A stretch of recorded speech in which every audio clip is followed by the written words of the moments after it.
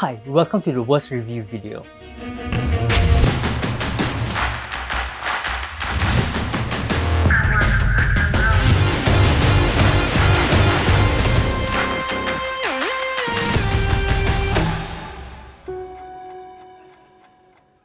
Yuan here. I've been putting this review video off for quite a while because I've been honestly procrastinating. And because I've been procrastinating, I've been quite productive.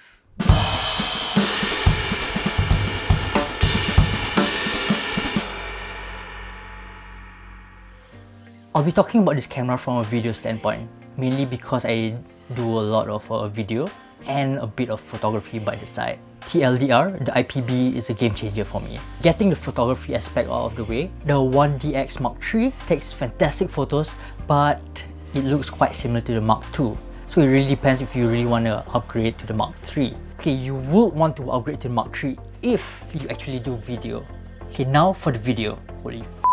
My initial impression of the camera was quite underwhelming because I didn't really explore it much. I just took the camera and just played around with it, and it felt quite similar to the Mark II.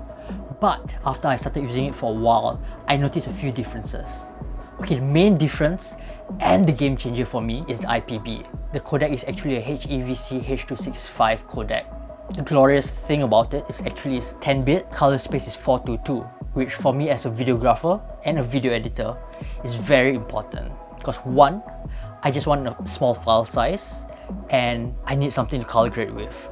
It gives me quite a wide range and it kind of makes me feel like what's the point of shooting in all-eye?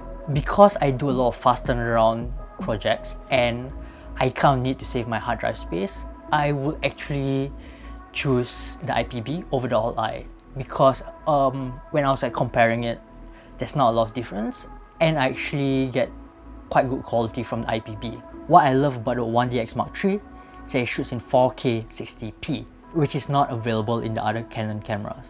The other Canon cameras only shoot in 4K 25p, which is kind of sad, but when you pair the 4K 60p with the IPB, you get a pretty good file size, I suppose.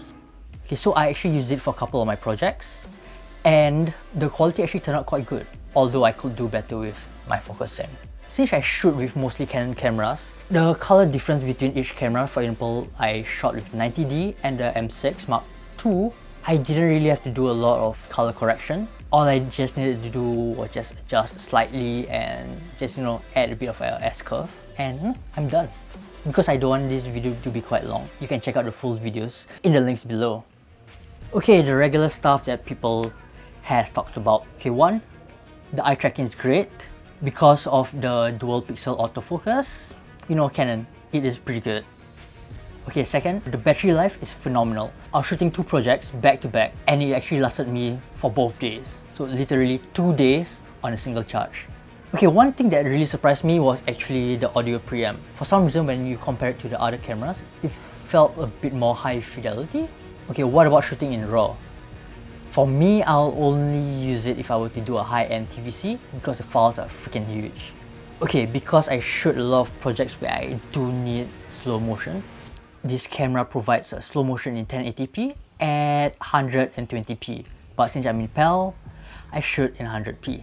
If you were to check out this sample footage, to me, I think that the slow-mo was actually very, very good. It looks so much higher in quality compared to the 90D and the M6 Mark II, which both cameras actually shoot in full HD in 1080p compared to the EOS R, which is in 720p. And the EOS R slow-mo is actually not that great when you compare it to the 90D or the M6. Okay, the bad points about this camera. The only problem that I have, which is kind of just nitpicking, which everyone can actually do without, is actually the flippy screen, which is kind of useful if you were to get all the weird angle shots or you were to use the camera in a way that you won't be able to see the screen.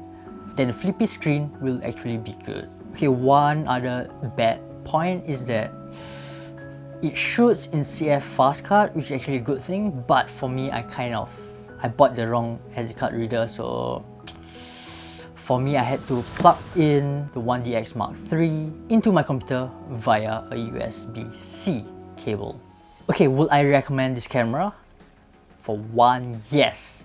If you're shooting with a C200 or C300, because the footage match quite well and quality is really on par with those two cinema cameras. If you're on a budget and you kind of need to have a fast turnaround workflow, I would actually recommend the 90D or the M6 Mark II because the functions and all are almost the same except for the IPB.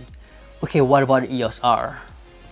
Okay, if I were to compare the 1DX Mark III with the EOS R, I would rather choose the 1DX Mark III because the quality seems better, the codecs is better, the slow motion quality is better.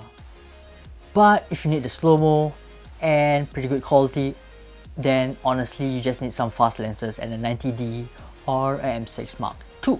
So in summary, the 1DX Mark III is a very good video and stills camera.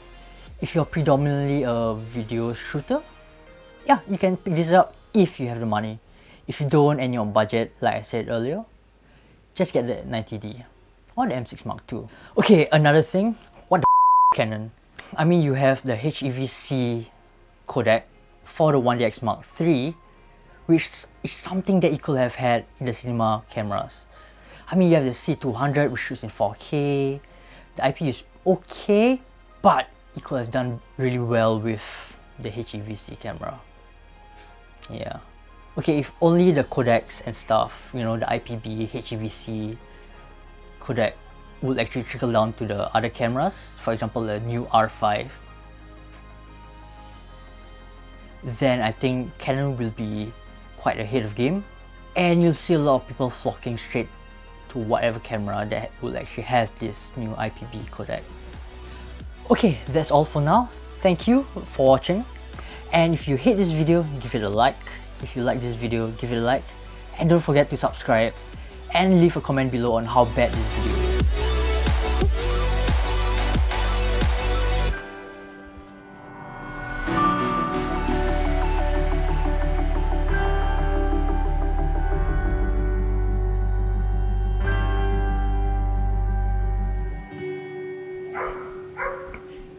Shut up! Shut up!